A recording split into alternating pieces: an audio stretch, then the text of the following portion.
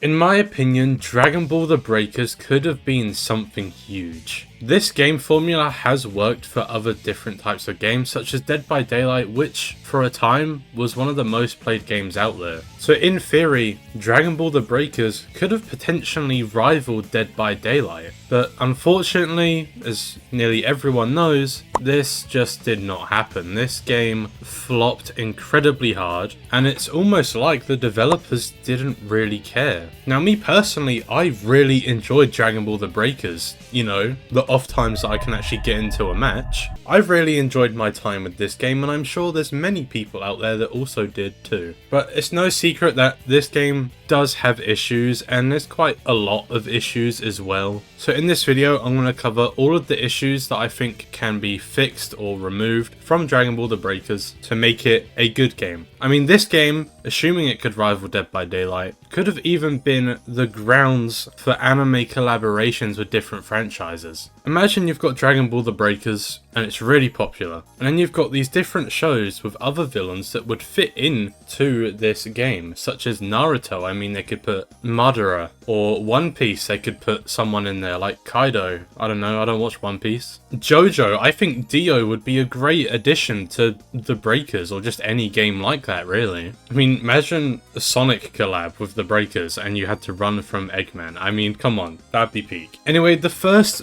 major issue for me with The Breakers is the fact that it leeches off of the Xenoverse 1 and 2 assets for like the entire game. This is just a game made with leftover assets from the Xenoverse series, and it really shows in the graphics, how everything looks, and I get that Breakers is canon to Xenoverse, but at least make it look somewhat different, you know, like give it its own identity. I'm sure there's some people out there that if you showed them a picture of Xenoverse 1 or 2 and then Dragon Ball The Breakers, they'd assume that Breakers is a part of the same game as Xenoverse. In everything about this game just screams reused assets, and that's all it is really, apart from like some of the new Raider models with base Broly, you know, the legendary Super Saiyan Broly. The models are different and updated, but the game itself is just reused assets. So to fix this, I think we just give the game an overhaul with new graphics, not majorly impressive like Sparking Zero or Kakarot. I'd say change the atmosphere as well, like in all honesty, because I think when a villain's chasing you, you should be a little bit like scared of it. I think that that's what they were going for in the trailers. So like change the atmosphere, add some fog maybe, change like the lighting, the graphics. Some of the assets can be upscaled because a lot of the assets from Xenoverse 2 and Breakers are actually assets from Xenoverse 1 and Dragon Ball Online.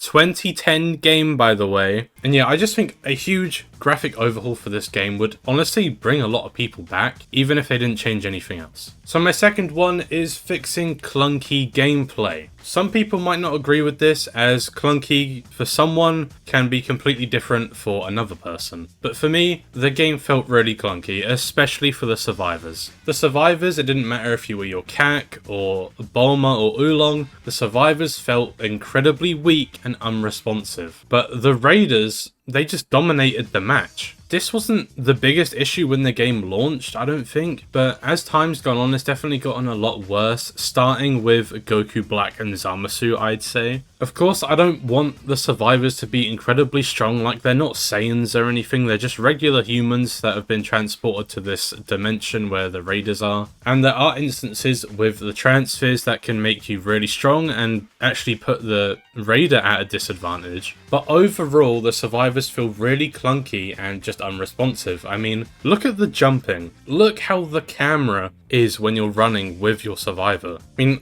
I probably don't have gameplay of this, but on the screen there will be, and you can probably see that this is the exact same for the raider as well. I mean, like, fix the camera. I hate it. I hate that camera. That's an awful camera. Make survivors, and I guess raiders too, a lot more responsive to the inputs of what you're actually putting in on your controller or keyboard, and maybe buff the survivors just a little bit more. Because I mean, the fact once the raider spots you, you're done. You can't really get away. And early game, this is a huge problem because even if you do get defeated by the survivors when you're the raider, it's always near end game. So my next one would be boring objectives, and an easy way to fix this is simply just add more. Add more variety and things to do. That's it. That's all you have to do. Now, unlike Dead by Daylight with its generators, the way for Dragon Ball The Breakers to do this was fixing the key machines, and there was no challenge with doing this apart from doing the tedious searching for the key, and then you just hold down the button. This just got incredibly repetitive real quick, with very, very little variety in where these were placed. I mean, they might not have even moved at all, I don't know. Now, of course, Dead by Daylight and The Breakers are the same genre, but in themselves are completely two different games. But I think The Breakers could definitely take some ideas from Dead by Daylight and implement it into the game. Such as the keys working like the generators, you know? You can keep the searching for the key in the game, that's fine. Make it a little less repetitive and maybe add some little missions for said keys to be found. Then when you run over to that little key thing and you put the key in,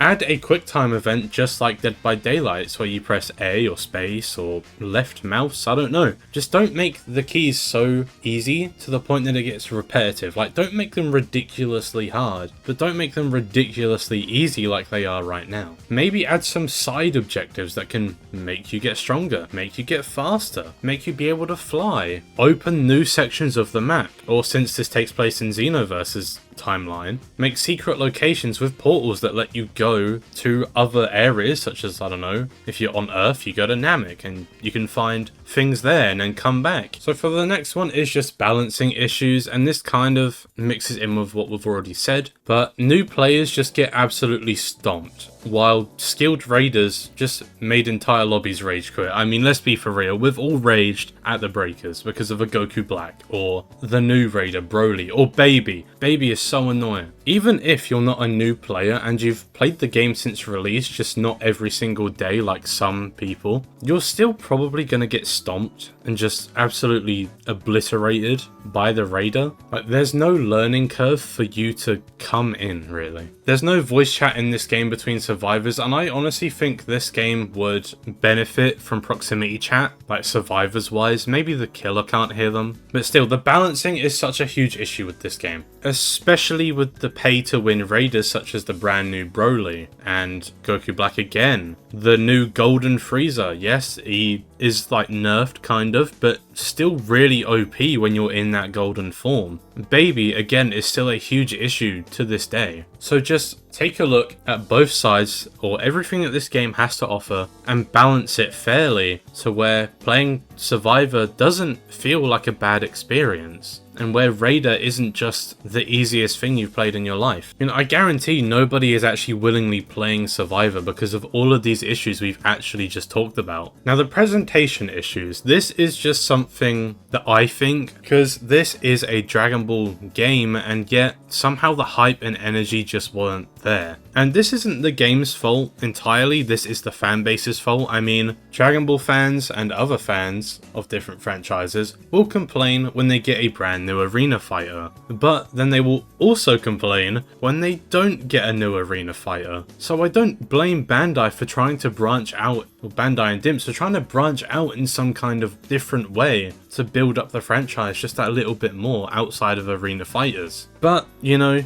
we just didn't get it, and I honestly don't remember that much marketing for this game. Like, there was in Xenoverse, obviously. There was this really, really cool trailer that I can remember some people being hyped for. But overall, I just think it needs to be presented a little bit better. And like, when you're making these trailers, take in the feedback, you know, don't show off all the clunky mess that's actually in there. I bet if the survivors were marketed a bit better as well, like the survivor role, then this game would have done a lot better. Of course, we come down to the live service mismanagement. I mean, this game felt like it was made as a cash grab in its current state. If you buy Dragon Ball The Breakers at full price, I feel sorry for you. The monetization was just incredibly aggressive. I mean, everything pretty much required you to grind for weeks on end or spend real money, and that's what it wanted you to do. It wanted you to spend real money, but they covered that up with making it possible to get said things if you grinded for weeks and months on end. The gacha mechanics for the transformations and skins was just ridiculous. It is awful. Does have a cool animation, but it's still awful. And then imagine combining that with slow updates. I mean, the player base dropped fast. There was a time where people were sat in queue for like half an hour to maybe an hour. So to make this better, I think they need to take a book out of Xenoverse 2's page and just get rid of the head leader of whoever makes and runs this game. You know, get a new team that's passionate about this franchise and the games within the franchise. Tone down the monetization, because I got this game on release when it was on sale, so like not release, but like when it was on the first sale, I got this game, and that was quite a while ago now, and I'm yet to even play as one of the new raiders that isn't Frieza, Boo, and Cell. I've only ever played as the 3 base game raiders. My CAC still wears the base game clothes because everything is just so expensive. The gacha system is one of the most unforgiving systems out of most of the gacha